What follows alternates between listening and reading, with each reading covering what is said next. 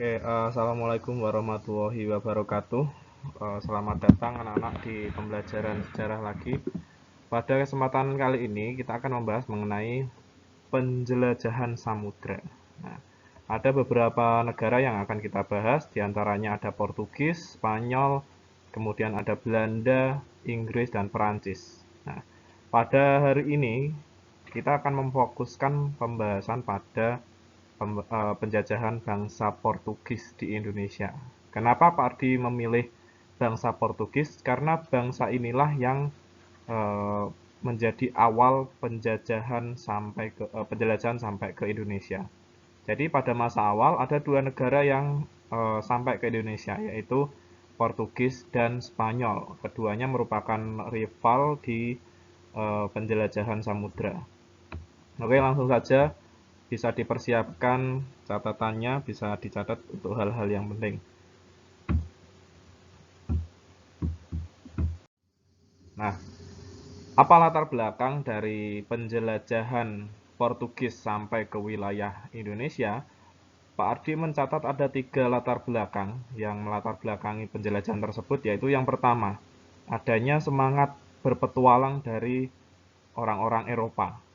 Jadi setelah video sebelumnya Pak Ardi menjelaskan mengenai dikuasainya Konstantinopel oleh Turki Utsmani, orang-orang Eropa itu dipaksa untuk keluar dari wilayah Eropa untuk mencari rempah-rempah, sumbernya itu dari mana.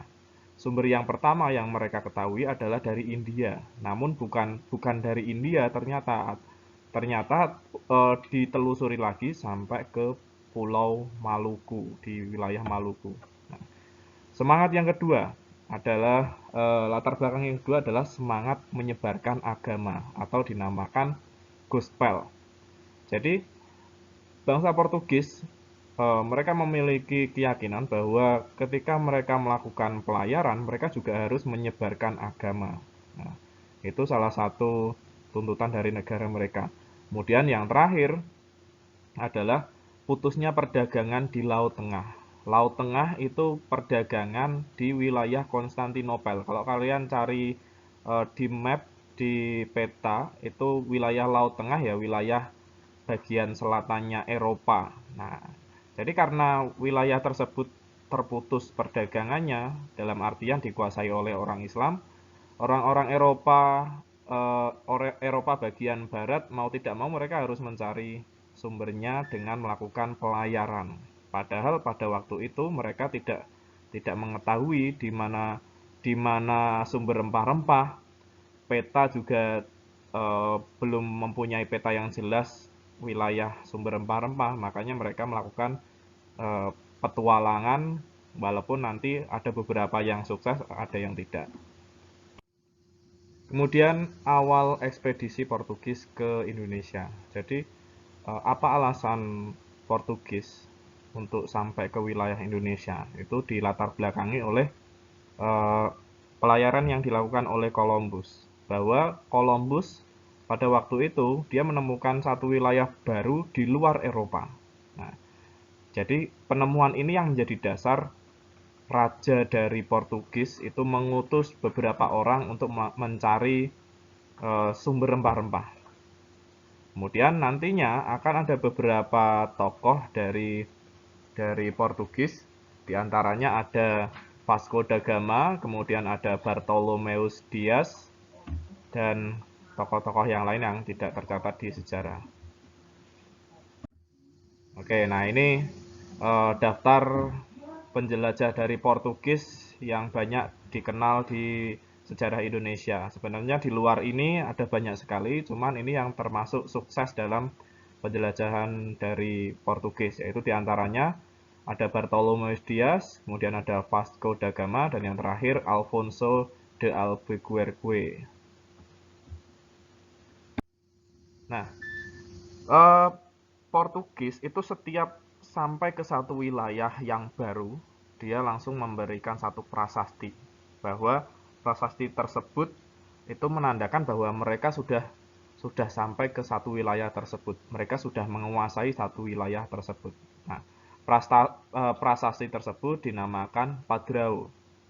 Kalau di gambar kalian bisa lihat di sini ada semacam monumen dengan gambar eh, dengan salib yang ada di bagian atas.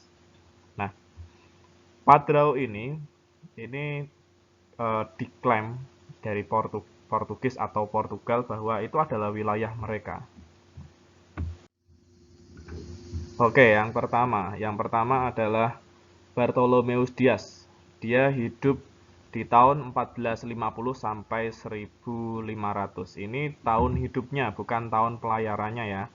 Jadi, tokoh Bartolomeus Dias, dia merupakan pelayar pertama dari Portugis atau negaranya sekarang Portugal. Portugis itu nama bangsanya. Bartolomeus Dias, dia ditunjuk oleh Raja Portugis pada masa itu, yaitu Raja John kedua. Dia ditunjuk melakukan satu pelayaran pada tanggal 10 Oktober 1486. Dia menjabat sebagai kepala ekspedisi. Nah, tujuannya apa? Tujuannya untuk mencari sumber rempah-rempah. Bartolomeus Dias, dia melakukan pelayaran pertama dan hanya sampai ke Tanjung Harapan. Tanjung Harapan itu mana, Pak? Tanjung Harapan itu di bagian paling ujung dari benua Afrika.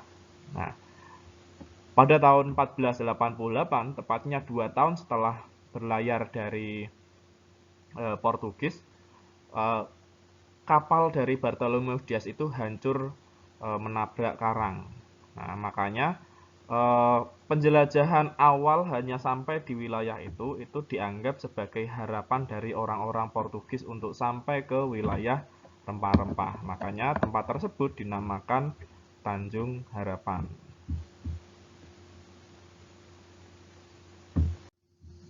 Nah, di gambar ini kalian bisa melihat ini adalah rute Bartolomeus Dias. Dia melakukan pelayaran awal di tahun 1487. Di gambar ini bisa kalian lihat, ini adalah rutenya. Jadi jangan bayangkan bahwa pelayaran itu langsung sekali sampai ke tempatnya, bukan. Satu pelayaran di masa kuno, apalagi mereka kan tidak menggunakan mesin, sehingga mereka harus menggunakan tenaga angin. Maka dari itu pelayaran kuno itu mereka bersandar beberapa kali. Mereka akan jalan ketika musimnya baik, tapi kalau mereka musimnya sedang buruk, mereka akan bersandar di satu tempat entah sampai berapa bulan sambil mempersiapkan pelayaran selanjutnya.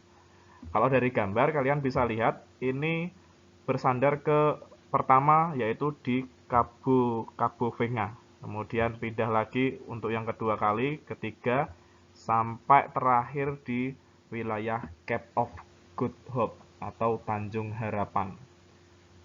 Kapalnya karam, diterjang angin besar, menabrak karang, dan akhirnya tempat tersebut dinamakan Tanjung Harapan.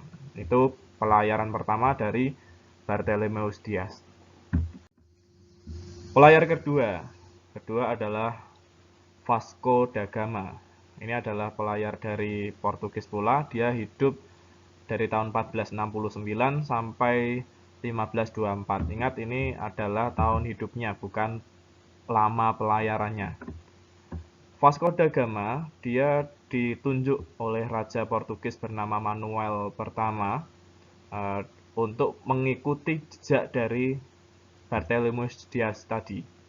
Jadi catatan yang dipakai untuk ke wilayah rempah-rempah adalah catatannya dari Bartolomeus Dias.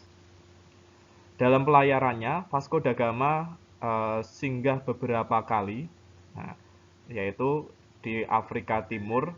Kemudian dia mendapatkan satu data bahwa wilayah penghasil rempah-rempah itu ada di wilayah Samudra Hindia dan sekitar Laut Arab. Nah, jadi dia menemukan satu informasi tersebut, kemudian dia datang ke wilayah Samudra Hindia.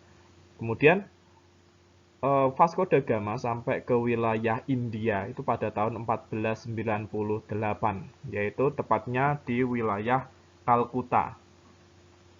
Nah, sampai di wilayah India, Vasco da Gama kemudian mengira bahwa oh ini adalah tempat dari rempah-rempah. Padahal di situ bukan tempat rempah-rempah, melainkan pasar dari rempah-rempah. Nih. Selanjutnya. Nah, ini adalah peta pelayaran dari Vasco da Gama. Vasco da Gama kalau dari gambar ini dia melewati wilayah yang dilakukan oleh si Bartholomew Dias sampai ke Tanjung Harapan, kemudian dilanjutkan ke wilayah India, tepatnya di kota Kalkuta. Sampai sini dia kemudian menghentikan pelayarannya.